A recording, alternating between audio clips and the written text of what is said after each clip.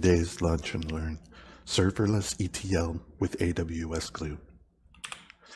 I'm Christopher Chen, and I'm a data engineer here at PM Squared. In fact, today's my second anniversary.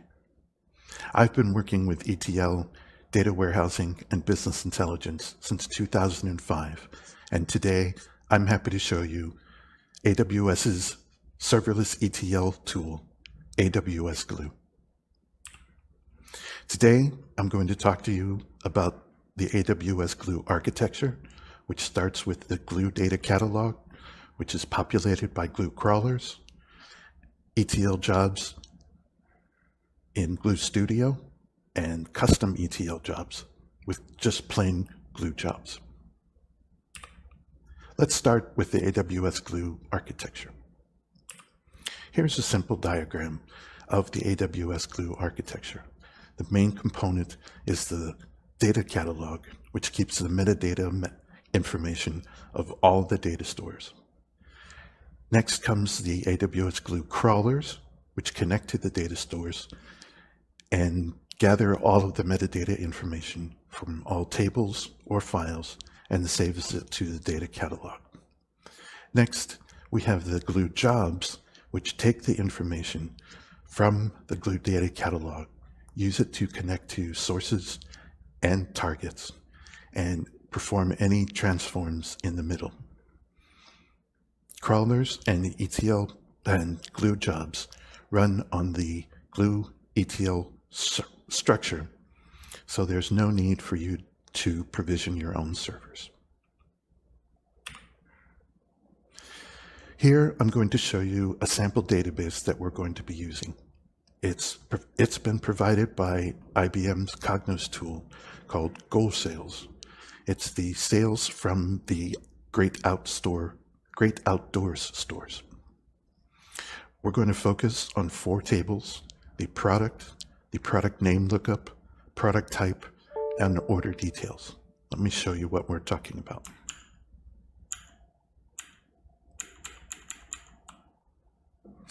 Here is our SQL Server, and I have the Go Sales database listed here, and I'm looking for the order details table, the product table, the product type table, and the product name lookup. Product has the product number, base product, product type code, and those are the 3 things that I'm going to be looking for in the product table. In the product name lookup table, we have the product number, the language of the description, and the product name. In the product type category table, we have the product type code and then a number of different fields for the language for the product type in a number of different languages. Finally, we're going to be looking at the order details, which has the quantity, price, and cost for all of the products represented by the product number, and the ship date and order number for each order.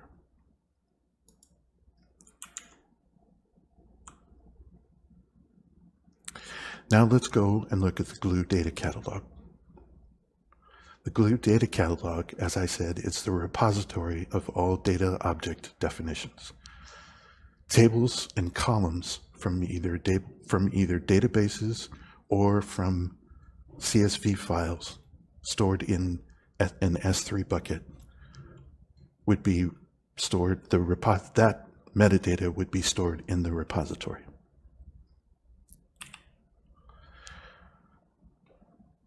To begin our project, we're going to be creating a new Glue data catalog. We're going to name it Go Sales DB, and that's what the Glue crawlers, where the Glue crawlers are going to be saving the metadata.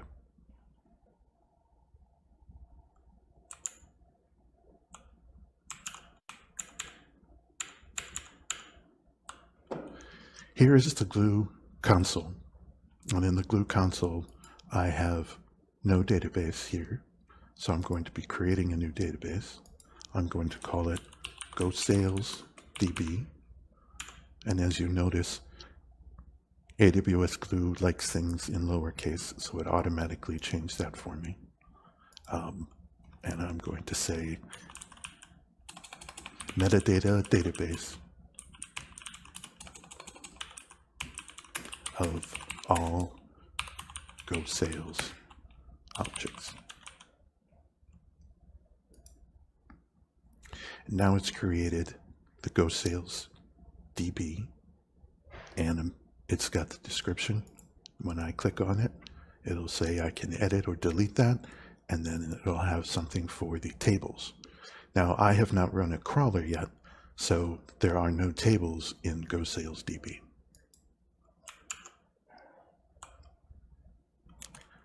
The Glue Data Catalog holds two kinds of objects: databases, which we just created, a name which has names and formats of columns that are from database tables or files, and then connections, which are JDBC connections to databases, or S3 connections, which are names of S3 buckets, which would hold files. So I've already created two JDBC connections, one to the GoSales tables and one to the GoSales results tables, which is where we're going to be storing the results of our ETL. You do not create a JDBC, you do not create a connection to the S3 bucket. Your jobs and tables have a pointer to the S3 bucket contained inside them. So let's go and look at the JDBC connections that I've already created. Back in our Glue console, we have connections of JDBC type. I've created one for GoSales, which is a JDBC connection in the SQL Server, and then it points to a RDS implementation on AWS, and then connects to a specific database, in this case, GoSales. There's networking information about the VPC and subnet and security groups. And then there's a username, PM2 admin, and a description. This is something I can edit, but it's not something I want to because I've already tested it. In fact, I can show you the test results. I give it the role, and it'll tell me that it's testing my results, testing my data connection. Now you'll see that it has returned success for the connections. The other connection that I have is the GoSales results, which has almost exactly the same JDBC connection info, except the database is GoSales results. Same VPC and subnet and security group because it's connecting to the same server. Same username as well. So those are the two connections. And now we're going to go to creating our Glue crawlers. Glue crawlers connect to either databases or files in S3 and gather the column information from each of them. These can be either source or targets, and the results of the crawlers are saved in the data catalog. Glue crawler sources can be either databases or S3 files. When you're connecting to a database, you give it the database name, the schema, and the table name. If there's any extras that you don't want to connect to, you would use an exclude pattern, and anything that matches that pattern would be omitted. In an S3 file, instead of the database name, you would give it the S3 bucket name or the name of a subfolder inside the bucket. If there's a large number of files and you just want to use a few of them as a sample, you can give the connection up to 149 files.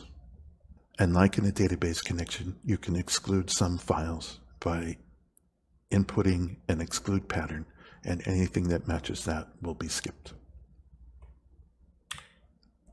So let's go and create a database, a couple of database crawlers. The first one we're going to look at is the Go Sales database, and we're going to add everything that's in Go Sales and all the tables underneath it. A % is a wildcard, and the crawler is going to find multiple schemas. So let's go ahead and do that.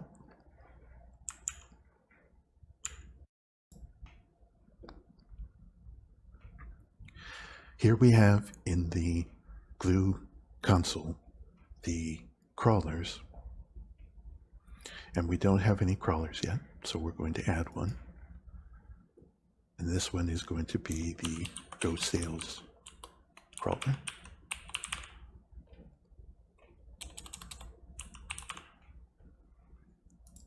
We're going to give it a description.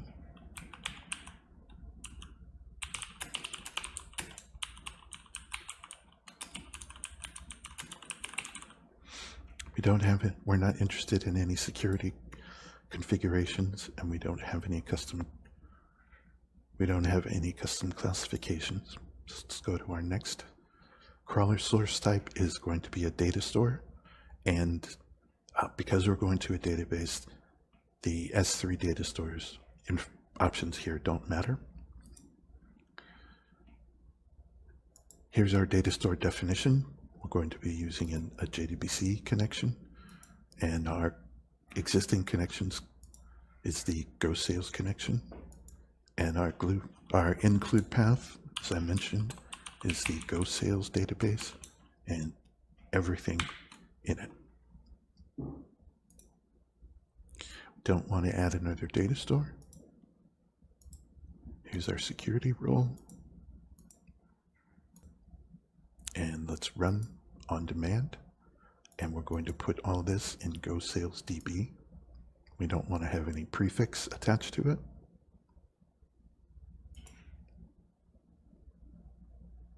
We're going to update any data definitions that are already in the data catalog, of which there aren't, but that could change in the future. And anything that's already in the data catalog that we don't find in this with this crawler, we're going to delete. So here we have our crawler configuration information, and let's say finish. And our crawler, Go Sales crawler, is ready to run. So let's run that. You'll get something saying that it's attempting to run it.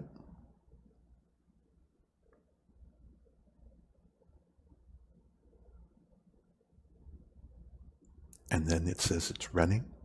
You'll get your status information here, starting, and then it'll tell you some progress, usually in minutes. Then once it's done, it'll say stopping, and then ready. Here's the result of our crawler. Go Sales crawler took approximately 5 minutes and added 70 tables, which is a little interesting. It might be more than we're expecting. Let's take a look at our database again.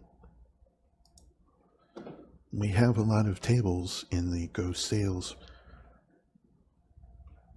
schema, but it doesn't look like we really have 70 here. So what could it be that it's looking at? Could it be that they're using that it's retrieving the Go Sales HR or Go Sales MR or RT schemas? Let's take a look at our Glue catalog and see what it's found. So in our tables, here's all of the tables that I've found. So there's the Go Sales database, Go Sales HR schema, and then the organization table, and it's all in the Go Sales DB database in the data catalog. So Go Sales HR, and organization, it's in our SQL Server. So it looks like what we want to do is we want to exclude everything except the Go Sales schema. So what we can do is go back and modify our crawler. Right now it says an include path of everything in the Go Sales database. We can either specify a specific schema that we're looking for, the Go Sales schema, or we can add all of the other schemas that we don't want as an exclude path. Let's go and just add Go Sales. That'll be simpler for us. Crawl all folders. No. Here's our include path. So let's add the Go Sales schema, and then we'll take every table under the Go Sales include path. Say next, next. Frequency is run on demand. We're going to add to the same database. Here's our include path. Database, schema, all, and we finished it. Now, let's run our crawler again.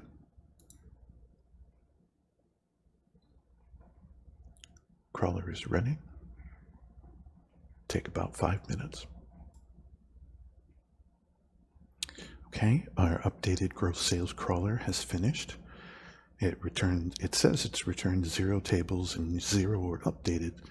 Let's see if it actually did what we wanted it to do. Let's check our tables.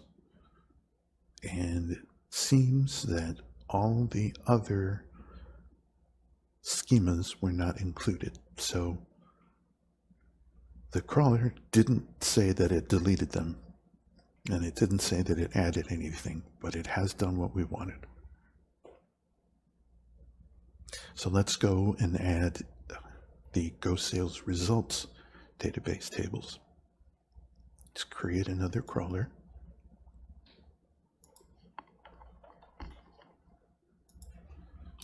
Go Sales results crawler.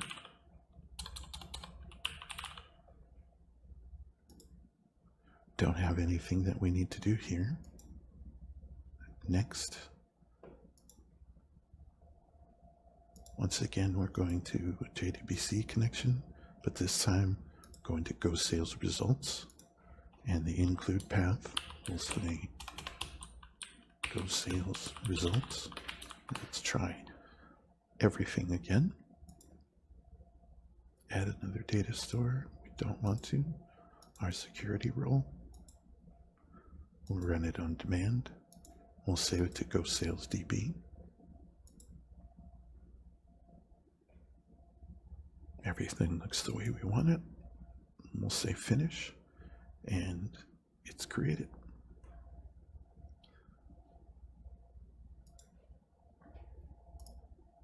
Now let's run that crawler.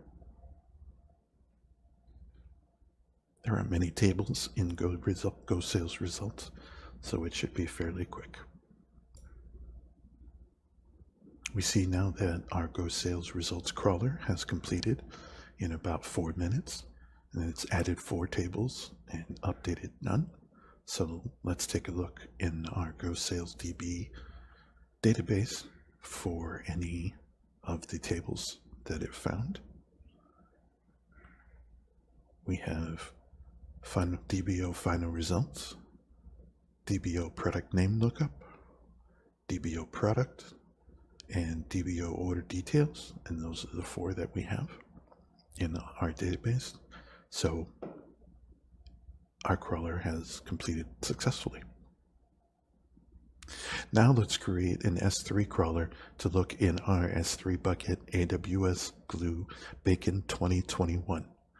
I've added 2 subfolders, source and target, so our bucket and subfolders should be saved into the data catalog by the S3 crawler.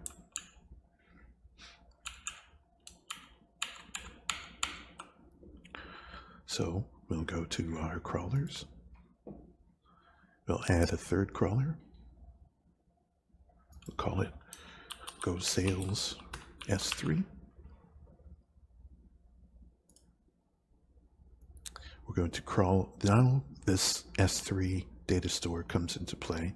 We're going to crawl all folders, and this is going to be a new data store. Here we're looking at an S3 data store. It's not going to have a connection. It's going to use a specified path. Here we can actually browse for it. We know we have AWS Glue Bacon 2021 with source and target underneath it. So let's select that. We don't think we have much in the way of files, so we'll leave that alone. We don't have any exclude patterns, so let's say next. Don't need to add another data store. We're going to choose a role that already exists. And we'll run this on demand and store it in Go Sales DB. We'll say next. We'll say finished.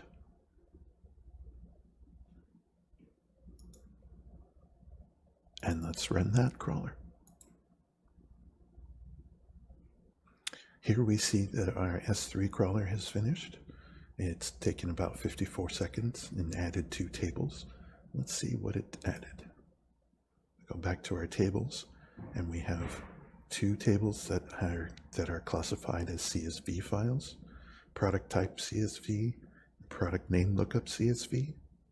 If we look at product type, we'll see that the location is a CSV file in an S3 bucket, and we have 3 columns in the schema: product type code, product line code, and product EN for English.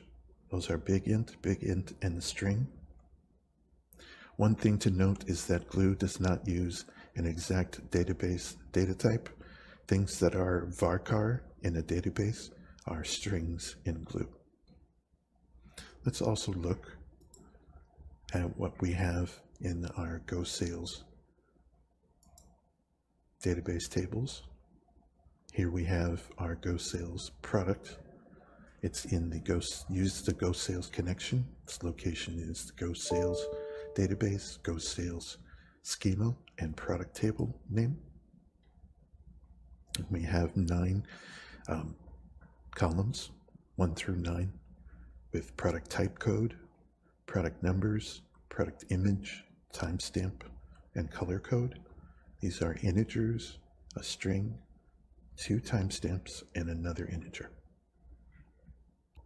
If we look at our tables in the Go Sales results database, we can see that the final results table has 5 columns: product type code, quantity, product type name in English, and total cost and total revenue.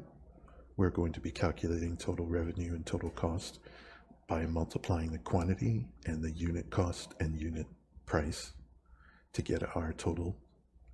And our product type code, we're going to be grouping it by product type code, and we'll have the name of the product type code here in the string. Our S3 crawler is finished, so let's review our Glue data catalog. Our crawler results returned tables, which are coming from either SQL Server or S3, and returning our name, a description, and what database. And the location of each table is either in a database schema in table or the bucket in subfolder and the file name.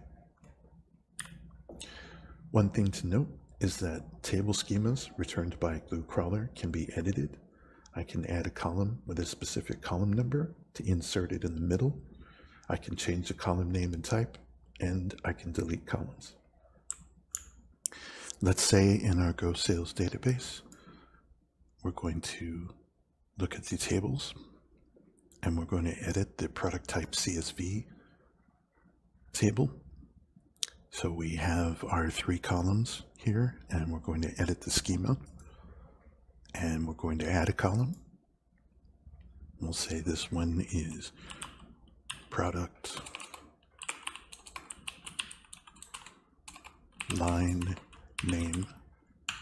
We'll make that a string, and we'll make this the 3rd column. We'll add that. So now product line name that we added is now column 3. I can take product type EN and we'll make that English. Or I can just decide, you know what, I don't want that column and we'll delete it. And if we decide we didn't want to keep those changes, we can cancel, go back, and everything is the same. Now, let's get to AWS Glue Jobs. If you'll remember, Glue Jobs are where we do the bulk of our extract, transform, and loads. The easiest way to do Glue Jobs is using the graphical tool AWS Glue Studio. It has a graphical interface.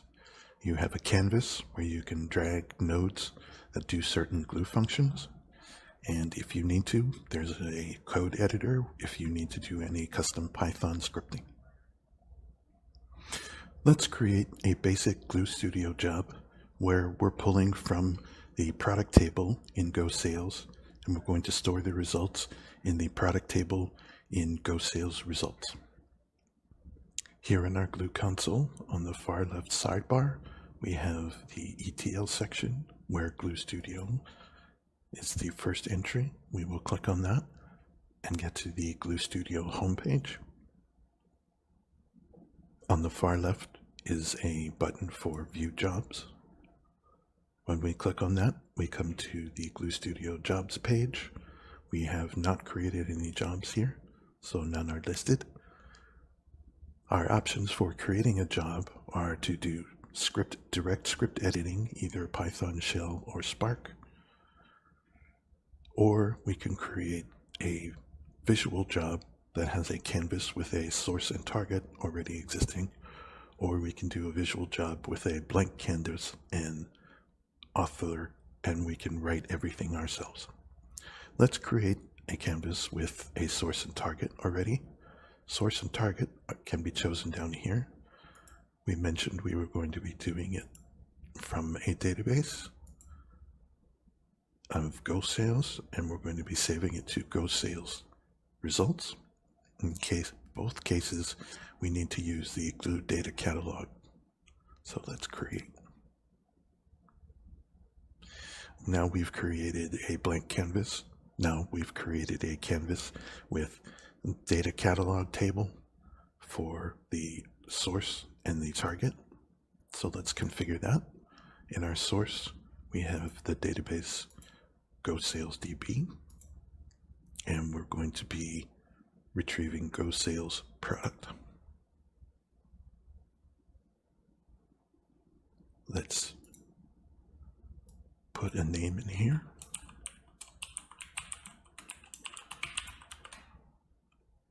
And these are the columns that are going to be returned. And let's go back to the data catalog table for the target. Still Go Sales DB, but the table is Go Sales results product. And our input schema in this case. And let's put a name in our Go Sales target dot product.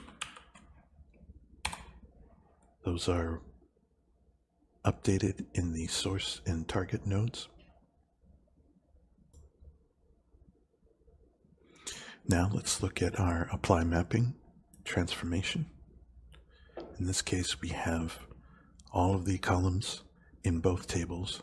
And if we want, we can change the source and to match a different target.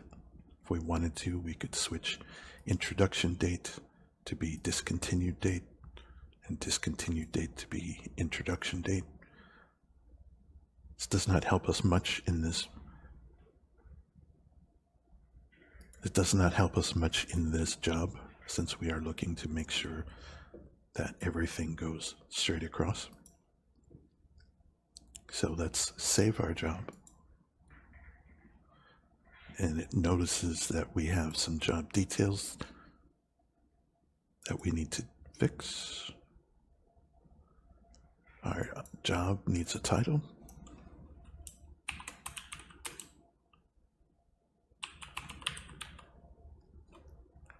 Load product. Need to give it a security role.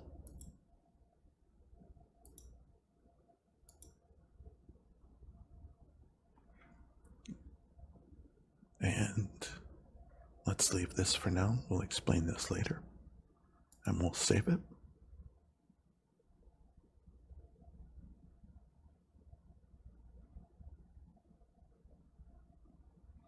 It's creating the job.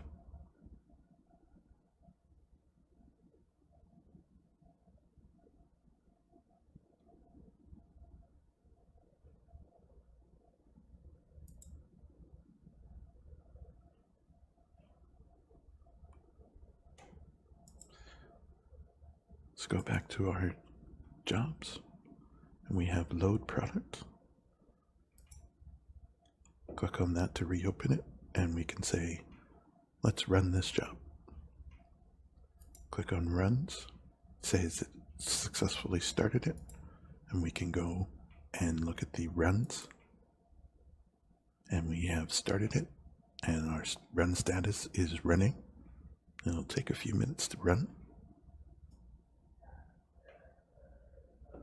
Here we see that our job finished in approximately 2 minutes. So let's go back to our jobs homepage and let's look at our database to see what the results look like. Here we are back at our SQL Server database. And let's look at our Go Sales product table.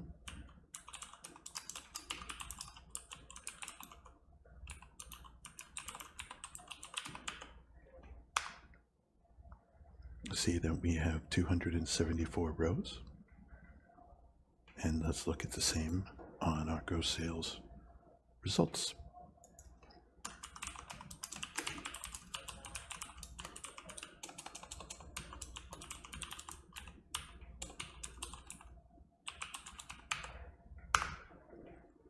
And once again, 274 rows. So we've successfully transferred product from Go Sales to product in Go Sales results.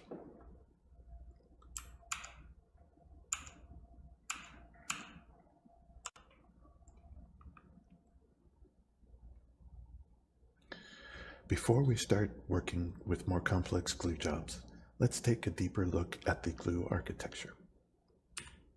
Glue is based on the open source Apache Spark infrastructure. Spark is a cluster of Java virtual machines that are deployed as worker nodes.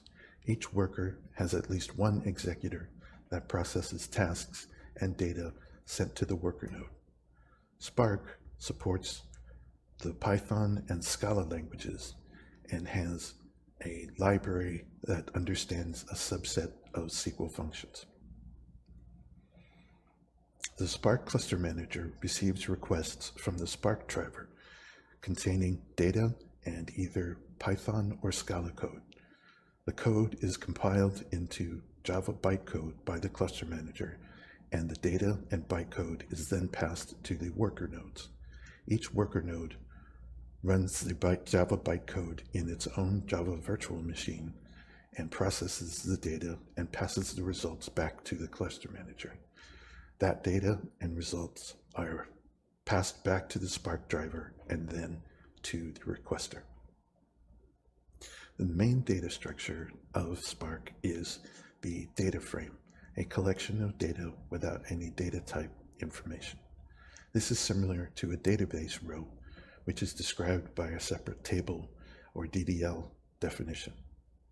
Processing a data frame requires two passes. The first one to infer the data structure, and the second one to apply the data format to load the data.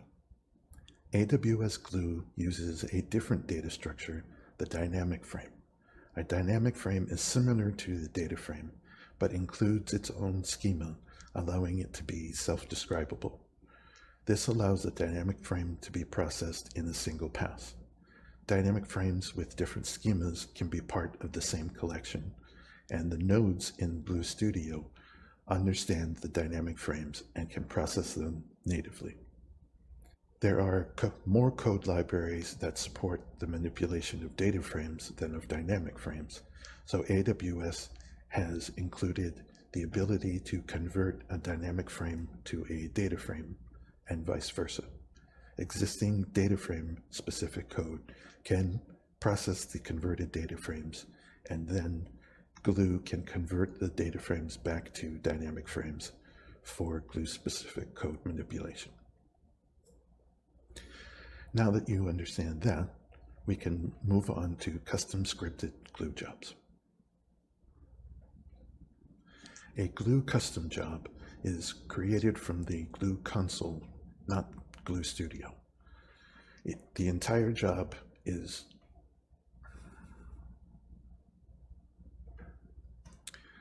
Glue custom job is created from the Glue console, not in the Glue Studio. A custom job is all scripted code, either Python or Scala. I've divided most of my Python scripts into 4 sections: initialization, extraction, transformation, and loading.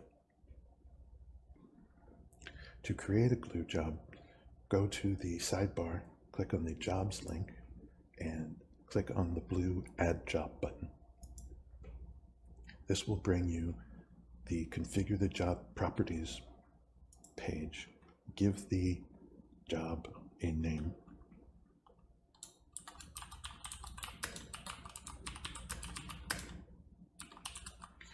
In our case, we're going to create a job that calculates the revenue and cost from the order details job from the order details table in GoSales. Going to add our service role. We're going to make sure this is a Spark type of job. We're going to make sure that we're using Glue version 2.0 with Python 3. I'm going to create a brand new script. The script file name is going to be calculate revenue and cost. The script is going to be stored in the Glue scripts directory in S3, and any temporary files will be in the temporary folder. Advanced properties, we're going to disable the job bookmark. Job bookmarks allow for incremental loads.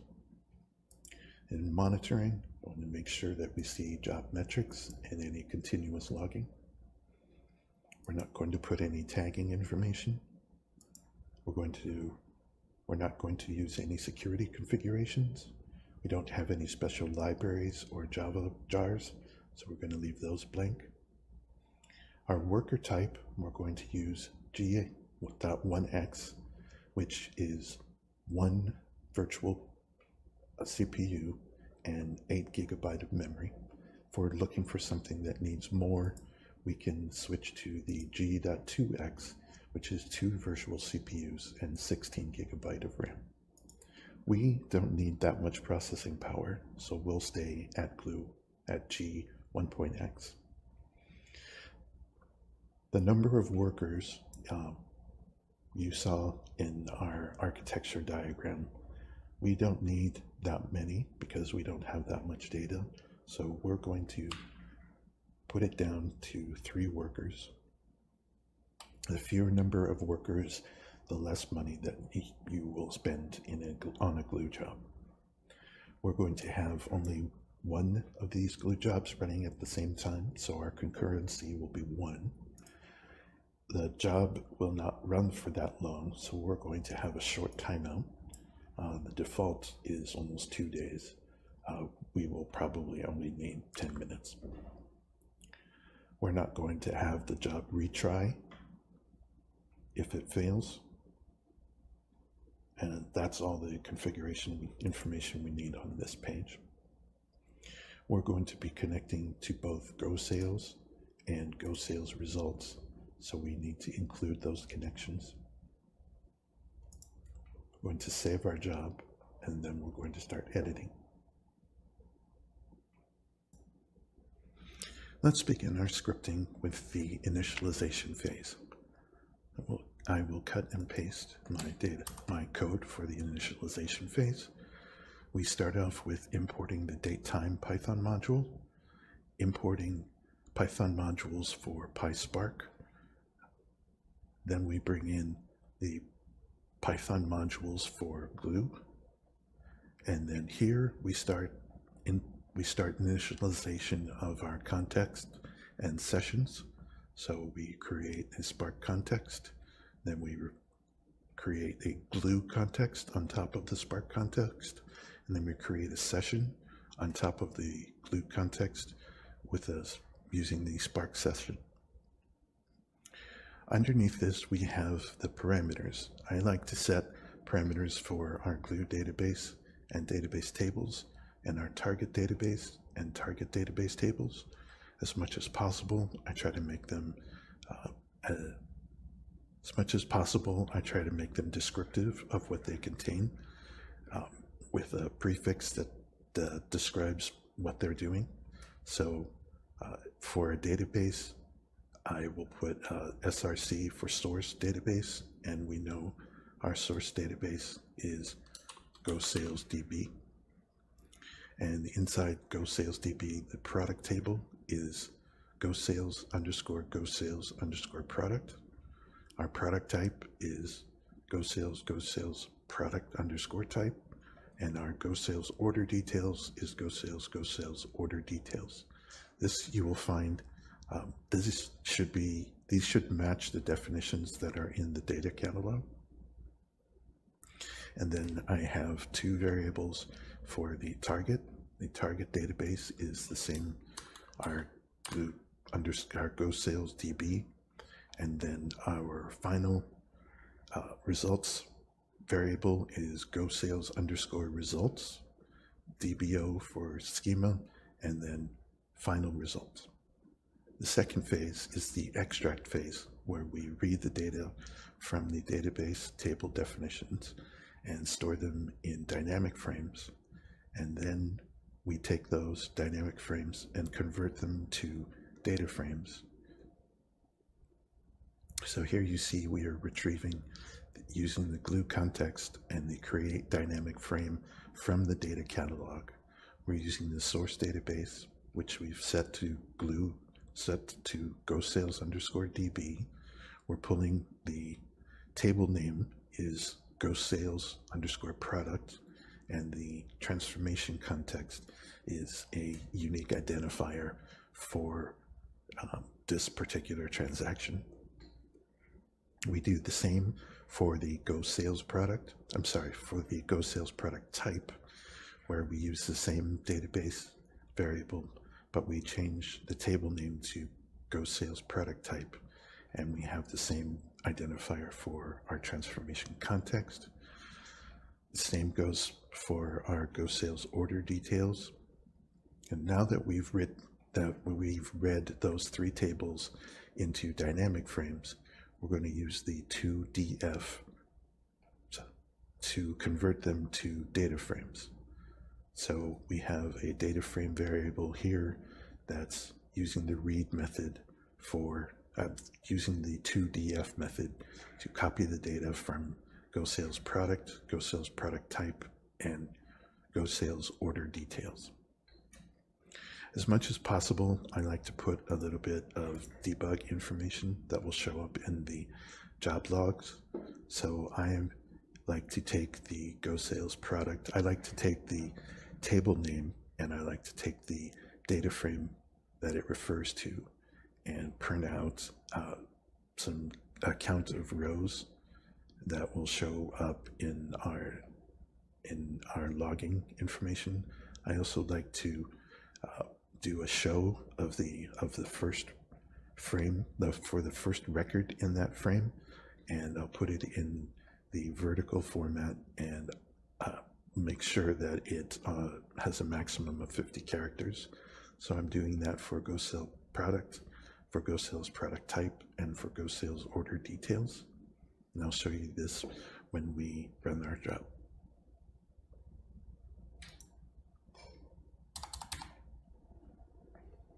To reiterate, the first phase of the custom job is the initialization phase, where we import the Spark and Glue libraries, including one for SQL functions, initialize our context and sessions, and set our parameters for source and target databases with the metadata information from the data catalog. Our second phase is the extract phase, where we load the data from the source tables into dynamic frames and then convert them into data frames. The third section is the transformation session. I'm going to be creating a variable that's going to hold a SQL statement, and there are two ways to issue that SQL statement. You can either send it directly to the database using a JDBC connection, or you can query the tables in memory. You can load the data frames that you've already loaded from the database into memory and use them in the from or join clauses in your SQL query. In both cases, results are returned as new data frames. Here in our script, I'm going to be pasting the transformation section. I print a little thing to the log file saying that we're going to be loading data frames into temp tables. So we take our Go Sales product data frame and we use the Go create or replace temp view and function, and then we name it Go Sales temp Go Sales product. We do the same thing with Go Sales product type and Go Sales order details. Now that we've loaded the data frames into memory, I log a message that we're going to be starting our SQL query. Instead of saving the SQL statement in a variable, in this case, I'm passing the SQL query directly to this session, and we'll restore the results. We'll be storing the results in the results data frame, results_df data frame. Our statement is a select of product type code, product type English, quantity, total revenue, and total cost from, and PySpark's SQL functions can handle subselects. So I'm doing a subselect here from Go Sales product. That's an inner join against Go Sales product type to get the product type code and English name, and joining on product type code from product and product type, and then also joining in the Go Sales order detail table, which matches product number from product and product number from order details, and close the subSQL. And we're going to group by product type code and product type English name and order by the English name. And these three quote marks close the statement. I've surrounded this by a try and except to do exception handling. If there's anything wrong, it's going to print the exception results. Once this is done, I have it set up to print a subset of the data frame to the output log. It's going to print a count of the rows in results DF, and it's going to show the first two records in the results DF in vertical format and truncated to 50 characters wide.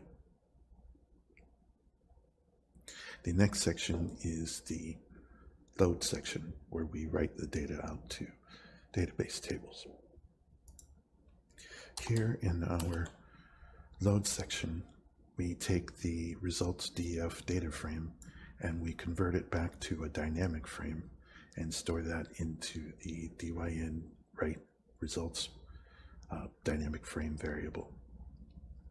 To do that, we need to take the data frame up using the glue context that we created and use the dynamic frame from df method.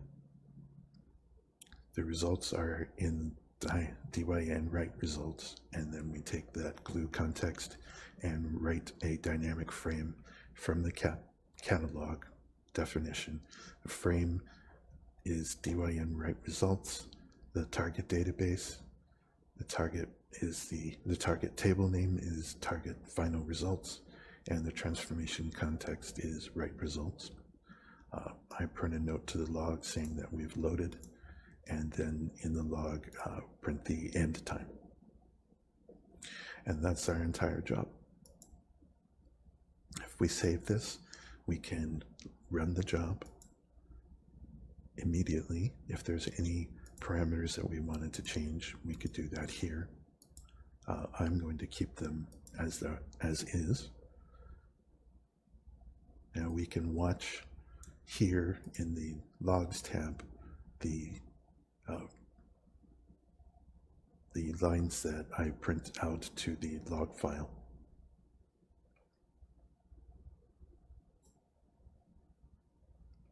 Here we see that the message to the log file saying the start time has been printed. Here we see that Go Sales product was loaded with 274 rows. Go Sales product type was loaded with 21 rows. And Go Sales order details was loaded with 446,000 rows. Then the SQL query is run, and we can tell that the result is 21 rows. And in all of these cases, at least one record was printed out, so we can look in a different log file to see those in better detail. Here we have our end time. So this job has completed. We can see the run job is no longer rotating, so it's completed. If we like, we can go to the jobs in the Glue console, and we see that we've selected calculate revenue and cost. The job has succeeded. The startup time was 17 seconds, and the execution time was 10 minutes, and our timeout, if it exceeded 10 minutes, it would have timed out. The logs, the files that I printed out to the logs are in the output file. This opens up AWS CloudWatch, which holds the log files.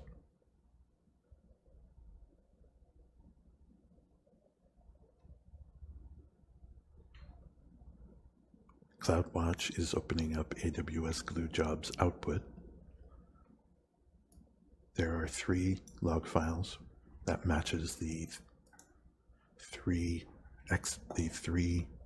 workers that we've configured. And the one with no suffix on it is the main worker. So here we have all of the log files, all of the lines that were printed out to the log files. Here we have our start time. Here we have our 274 rows to Go Sales product. Here we have the 1 row from Go Sales product that we've printed out. Product number, discontinued date. This looks good. It matches what we expect from Go Sales product. Go Sales product type has 21 rows. We can see the first row of Go Sales product type code, product line code, the English version of the English name for this product type, and then the names in other languages. Then in our next log line, we have the rest of this this record has overflowed the record line, so CloudWatch adds the fields to the next row. Now we see that our Go Sales order details is 446,023 rows. This is our first record from that table. order detail code, order number, unit cost, unit price, unit sale price. We've loaded all of the data frames here into temp tables, and we will run our SQL query. The results of the SQL query is 21 rows, and we will look at the first 2 rows of the result set. Product type code of 963, binoculars. We have 1,075,087 binoculars were sold. This is the total revenue and the total cost. And in our last row, we have loaded the target final results and the stop time. Let's go to our database and see whether or not we did an insert.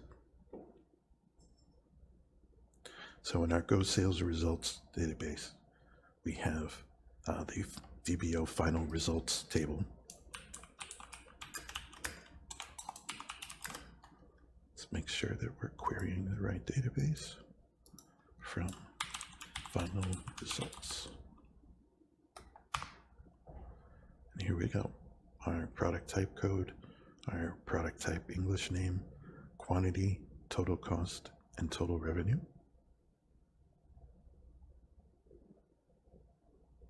So that's how we do a custom job in Glue.